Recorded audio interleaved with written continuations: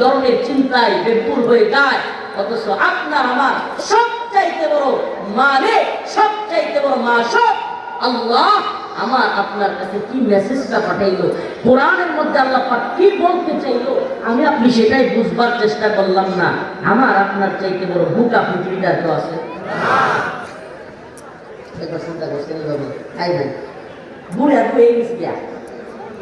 এমন কোরআনটা পড়তে পারি না আমি, সূরা ফাতিহা বললে বাচ্চারা হাসে, এরকম অনেক মুরব্বি আছে না, কবরে চলে যাচ্ছে, কোরআন শিখতে পারে না। মুসলমানদের জন্য, একটা মুমিনের জন্য কোরআন না শিখে কবরে যাওয়া উচিত নয়। আল্লাহ কি জবাব দিবেন আপনি? কোরআন যদি আপনি সহি করে তিলাওয়াত না জানেন, তাহলে তো আল্লাহ পাকের কথা বলতে হয়। আল্লাহ পাক কোরআনের মধ্যে বলেছেন, হাল ইয়াস্তাউল্লাযীনা ইয়া'লামুনা ওয়াল্লাযীনা লা ইয়া'লামুন। নবী আপনি বলেন, কুল হাল ইয়াস্তাউল্লাযীনা ইয়া'লামুন ওয়াল্লাযীনা লা ইয়া'লামুন। যারা জানে এবং যারা জানে না তারা কি সমান হতে পারে? বলেন, যারা কোরআন পড়তে জানে এবং যারা জানে না তারা কি সমান হইতে পারে? খায়রুকুম মান তাআল্লামাল কুরআনা ওয়া 'আল্লামা। আমার রাসূল বলেছেন হাদিসের মধ্যে, যেই ব্যক্তি কোরআন শিখে এবং শিক্ষা দেয় সেই ব্যক্তি হলো উত্তম। সুবহানাল্লাহ। তাই যে কোরআন শিখে সে কি উত্তম, সে কি? আমরা সবাই কোরআন শিখবো তো ইনশাআল্লাহ। ইলাহি তাকবীর। আল্লাহ আমাদের সবাইকে কোরআন শেখার তৌফিক দান করুন। আরো জোরে বলেন আমিন। সমাধান চাও যদি জীবনে মরণে, ফিরে যাও খুঁজে নাও চোখ রাখো কোরআনে। সুবহানাল্লাহ। কোরআনে চোখ রাখেন, সমাধান পাবেন। আমি সুবহানাল্লাহ, আমি গুনাহগার, আল্লাহ ক্ষমা করো। যদি একটা হাওয়ালা বলি আপনাদেরকে, জেলখানায় যখন মনটা বেশি খারাপ হয়ে যেত না, খুব খারাপ লাগতো, মা আম্মার কথা মনে হইতো, বাস্তি বাস্তার কথা, বাড়ির কথা মনে হইতো, যে খেলার সাথীদের কথা, বাড়িতে ঘুরতাম ওর কথা মনে হইতো, তখন পেরেশানি লাগতো, খুব খারাপ। সবাই তো আমরা মানুষ, ফেরেশতা না, খারাপ লাগতো। তখন কোরআন তিলাওয়াত করলে আলহামদুলিল্লাহ আমার মনটা ভালো হয়ে যেত। সমাধান চাও যদি জীবনে মরণে, খুঁজে নাও ফিরে চাও চোখ রাখো কোরআনে, তবে পাবে সুখ শান্তির ঠিকানা, তবে পাবে সুখ শান্তির ঠিকানা, যদি মেনে নাও তুমি মনে প্রাণে। সমাধান সমাধান চাও যদি জীবনে মরণে, খুঁজে নাও ফিরে যাও চোখ রাখো কোরআনে। ঘরে বলো কিংবা রাষ্ট্রে বলো, ঘরে বলো কিংবা রাষ্ট্রে বলো, অশান্তি দূর করে শান্তি আনে। সমাধান সমাধান চাও যদি জীবনে মরণে, খুঁজে নাও ফিরে যাও চোখ রাখো কোরআনে। সুবহানাল্লাহ। একমাত্র কোরআনের দিকে ফিরে আসতেই মুসলিম উম্মার শান্তি, মুক্তি, কামিয়াবি একমাত্র এক পথে। কোন পথে? বলেন কোন পথে? কোরআনের পথে। অন্য কোন তন্ত্র মন্ত্রের পথে, জাহালাতের পথে, তাগুতি পথে পৃথিবীতে শান্তি, মুক্তি, কামিয়াবি আসবে না।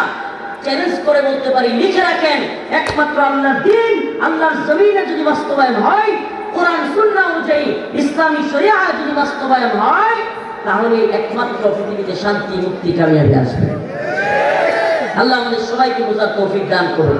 প্রিয় হাজিরিন, মনে আছে আব্দুল্লাহ ইবনে আমর একটা হাদিস বলতেছিলাম, রাসূলুল্লাহ সাল্লাল্লাহু আলাইহি ওয়াসাল্লামের কাছে এক লোক আসছে, ইয়া রাসূলুল্লাহ আমার একটু কোরআন পাঠ শিখায় দেন।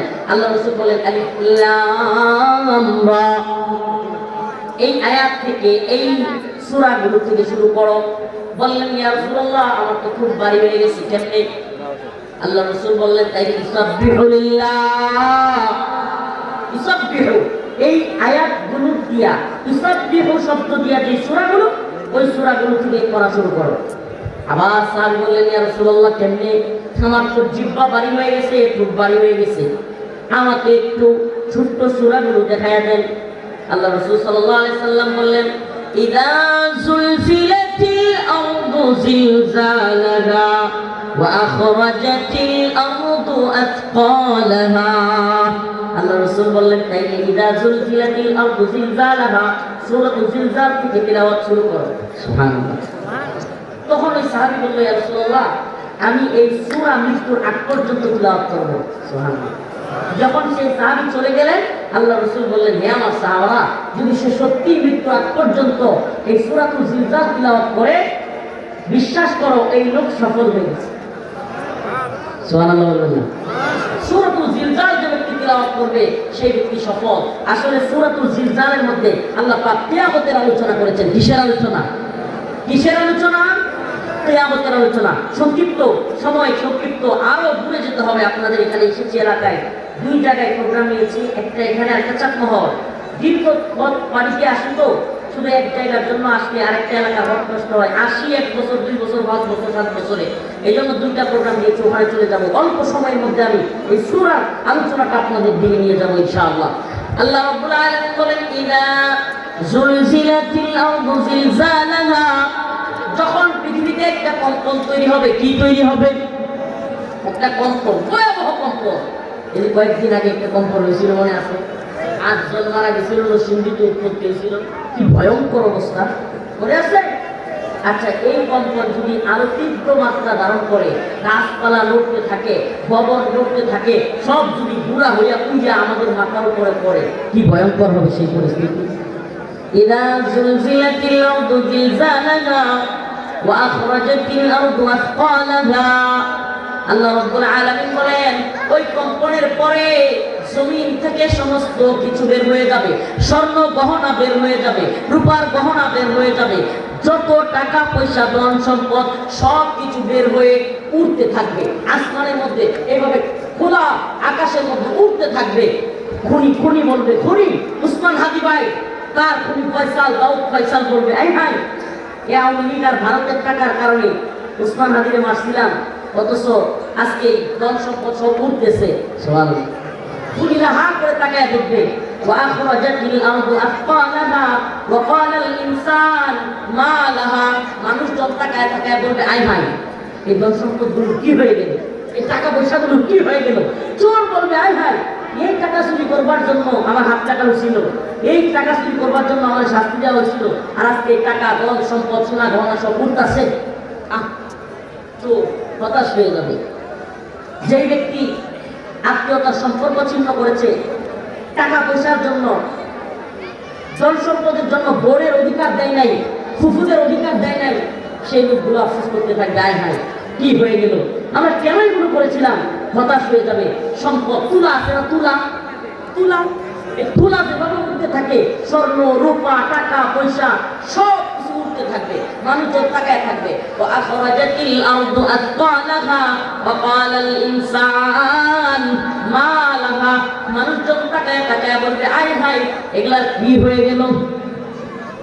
ওই খুনিরা সেদিন তাকায় তাকায় দেখবে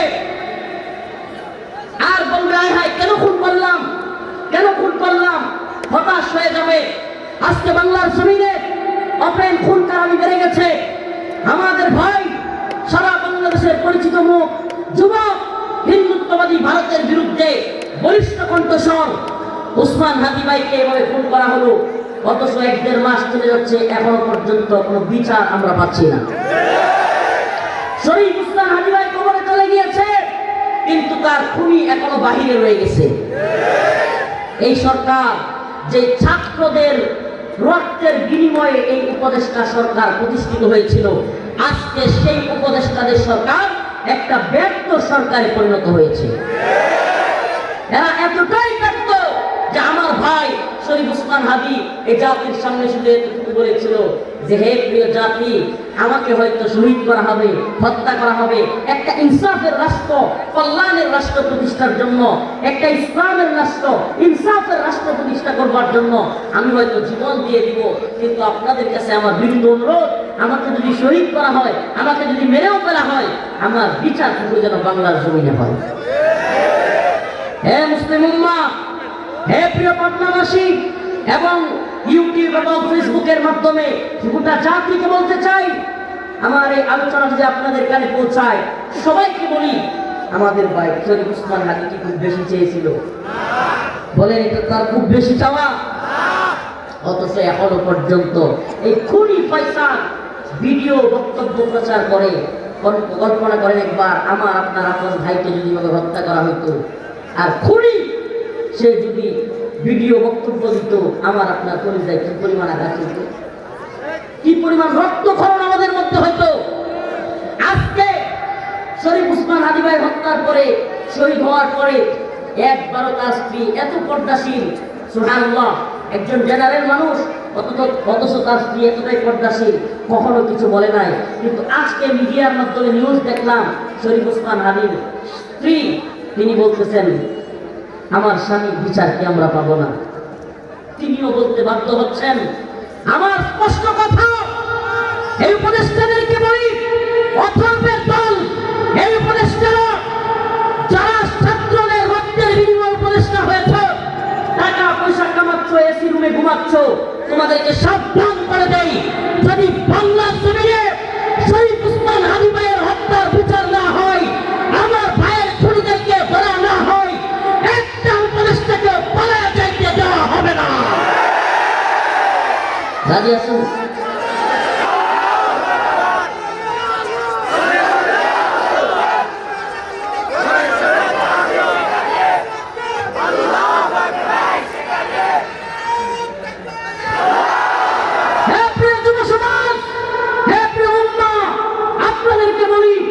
যদি ডাক আসে, আমরা যদি ময়দানে নামি, আমরা কোনো কিছু দেখতে চাই না, কে সরকারে আসলো কে গেল, এগুলো দেখবো আমাদের টাইম নাই। আমাদের ভাই শরীফ ওসমান হাদী হত্যার বিচার হতে হবে। আর যদি তোমরা এভাবে টালবাহানা করো, আমরা মনে করব এই সরকারের ভিতরে কাপ্পি মেরে থাকা আওয়ামী লীগ এবং ভারতের দালালরাই আমাদের ভাইকে হত্যা করছে। আমরা এই কাপ্পি মেরে থাকা দালালদের বিরুদ্ধে এমন আন্দোলনের ডাক দিব, যদি সারা দেশে ডাক আসে, পাবনার জনগণ পাবনা অচল করে দিতে পারবেন তো? ইনশাআল্লাহ পাবনা অচল করে দিতে পারবেন তো? পাবনার রাজপথ, গলি গলি সব জায়গায় আপনার তীব্র আন্দোলন করবেন। কেন করবেন? আবারও বলছি, আজ শরীফ ওসমান হাদী হত্যার বিচার না হলে আগামীকাল রফিকুল ইসলাম মাদানী হত্যার বিচার হবে না। আল্লাহ না করুক আমাদেরকে শহীদ করা হবে, আপনার সন্তানকে শহীদ করা হবে, আপনিও বিচার পাবেন না। আজকে শরীফ ওসমান হাদী ভাইয়ের পরিবার কান্না করছে, তার বউ কান্না করছে, তার স্ত্রী কান্না করছে। ছোট্ট একটা মাসুম বাচ্চা, ছোট্ট একটা বাচ্চা, সে বড় হইয়া জানবে তার বাবা নাই, সে তার বাবাকে দেখতেই পারবে না। এই এতিম বাচ্চাটার দিকে তাকায়া হলেও আমি মনে করি এই জাতি গর্জে ওঠা দরকার। যেই লোকটা এই জাতির পক্ষে কথা বলবার জন্য জীবন দিয়েছে, তার বিচারের জন্য এই জাতির অবশ্যই দাঁড়ানো। কিয়ামতের আগে খুন খারাপি বেড়ে যাবে। কি বেড়ে যাবে? আমাদের সমাজে খুন খারাপি বেড়ে গেছে, খুন খারাপি বেশি। কিয়ামতের আগে বেহায়াপনা, অশ্লীলতা বেড়ে যাবে, বেহায়াপনা, অশ্লীলতা বেড়ে যাবে। আমাদের সমাজগুলোতে অশ্লীলতা, বেহায়াপনা বেড়ে যাচ্ছে। কিয়ামতের আগ মুহূর্তে নাউজুবিল্লাহ অযোগ্য মানুষেরা নেতৃত্ব স্থান অধিকার করবে। এটার আলামত দেখতেছেন না? যেগুলোর মেম্বার হওয়ার, আঞ্চলিক ওয়ার্ড কাউন্সিলর হওয়ার, মেম্বার হওয়ার যোগ্যতা ছিল না, সেগুলো আজকে উপদেষ্টা হয়ে বসে আছে। অযোগ্যরা নেতৃত্বে যাবে, অযোগ্যরা নেতৃত্বে যাবে। এটা কি আমাদের এই ঠিক করেনি? সে কি বলতে চায়? আপনি কি বলেন?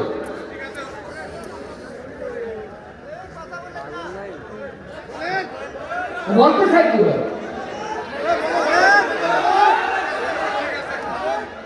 কিয়ামতের আগে, কিয়ামতের আলামত, যেহেতু কিয়ামতের আলোচনা নিয়েছি, কিয়ামতের আলামত হলো অযোগ্যরা নেতৃত্বে যাবে, অযোগ্যরা নেতৃত্বের আসনে বসবে।